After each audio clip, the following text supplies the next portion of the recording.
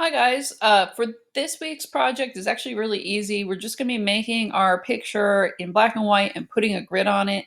And there is a couple ways to do this. The first way is if you have a printer at home, what you can do is just use your phone or Google Photos, and I'll show you how to do that in a minute, to make your picture black and white. You can simply print it, and then you just put a 4x4 grid on it, which means you just find the center of it, draw a line, find the center of those and draw a line, and draw three lines going the other way to just break up that a window into a 4x4 grid. And you could just do that with a ruler and a pen. And if you want, you could just take a picture of it and upload it as a JPEG. What I'm going to show you today is how to do that also online, so that if you want to do that digitally and then just upload it, you can also do that. So there's a couple ways to do this.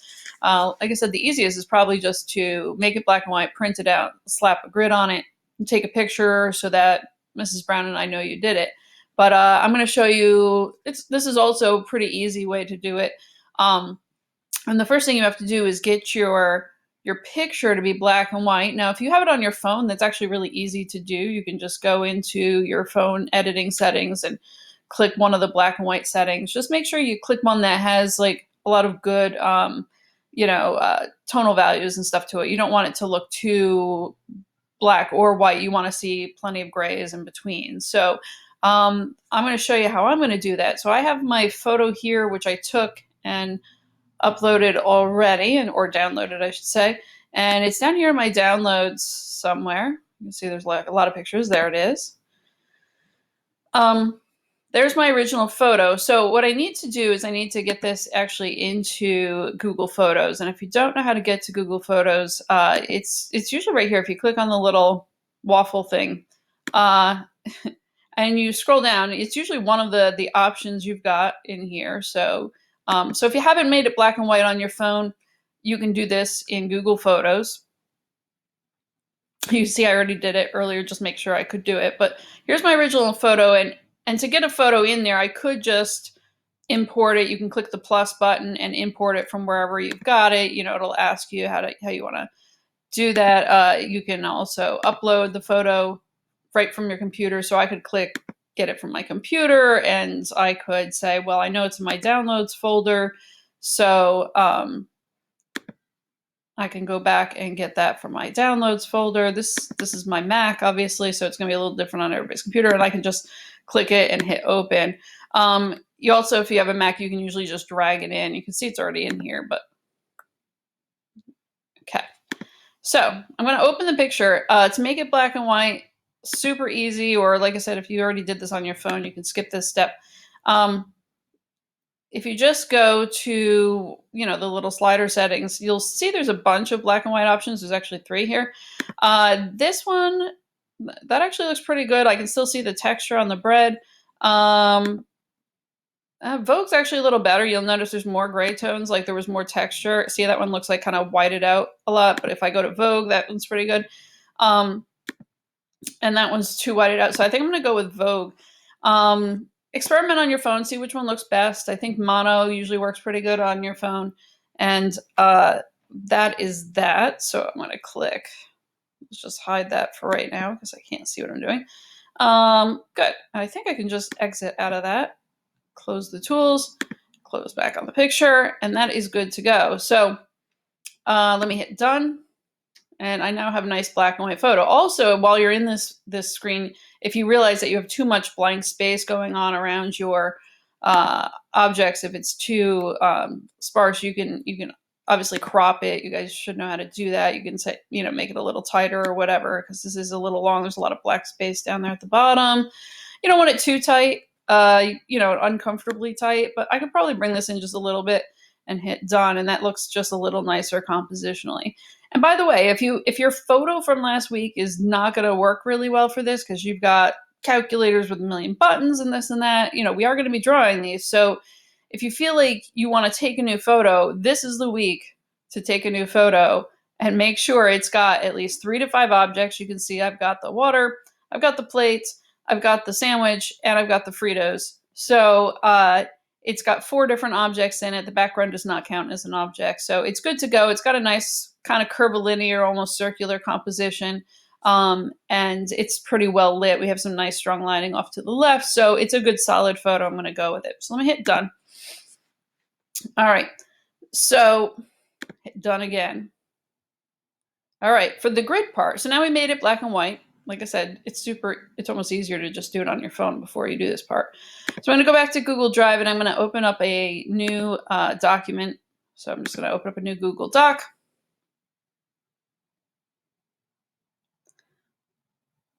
And this is what I'm gonna be attaching to the assignment. So I'm just gonna call it Still Life. E and W for black and white. And right here at the top, the only thing I'm really going to do here, I don't need to type anything else, is I'm just going to hit Insert and Drawing.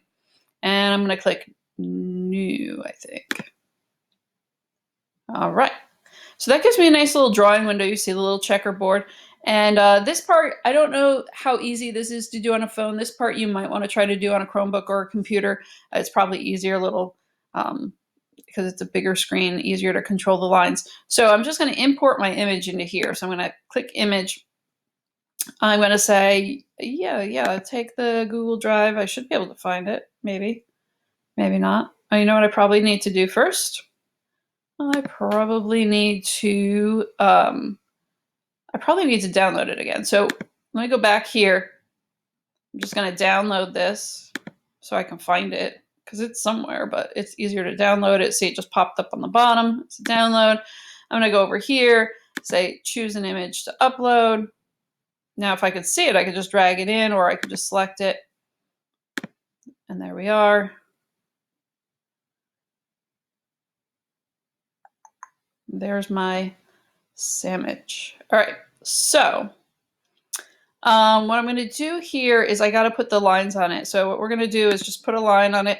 And if you click it and you notice, like, as you hover over this, you'll see 2 little purple dots. That is the halfway mark. So it's already measuring it out for you. There's also a ruler on the side if you wanted to like actually measure it. But if I click this, it creates this awkward diagonal line. But if I just grab it and connect it back over to the other purple dot, I'm good to go.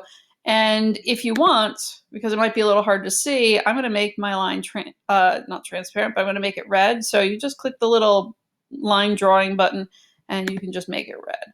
And that should do it. You see a nice red line there. So we need a 4x4 grid. So we're going to repeat here. For this one, I can use the ruler on the side to kind of guess about where it would be. Looks like there is pretty good. And again, you click it and it automatically wants to drop it at a 45-degree angle, and we want it straight. So we're just going to find about the right area over here, make it red, easy peasy. We're going to repeat down here. I wonder if I can get rid of this thing. Yep. Okay. And right about there looks like halfway. I'm actually just eyeballing it. Like I said, I probably should be using the ruler on the side to measure, but the ruler's kind of off center a little bit. So I'm just going to eyeball it, make sure it looks even. I think you can just move these around. You know, you can go, oh, that actually should be higher or lower. You can just move it if you got it in the wrong spot. That looks pretty good. All right, we're going to put the lines going the other way too. So this one's easy because there's a purple dot there. I'm going to go down to wherever the other purple dot is. I'm a little zoomed in. Let me see if I can find the bottom of this. There we are. Okay, I'm going to grab that and connect it to the other purple dots. I'm now seeing that this bottom line, by the way, has to come down a little bit. Make that red. Let me grab this line and just shove it down a little bit because I couldn't see the bottom of my screen before. And we just need 2 more lines. Right there. Swing it down the bottom. Make it red. I guess it is red. And let me make another one over here.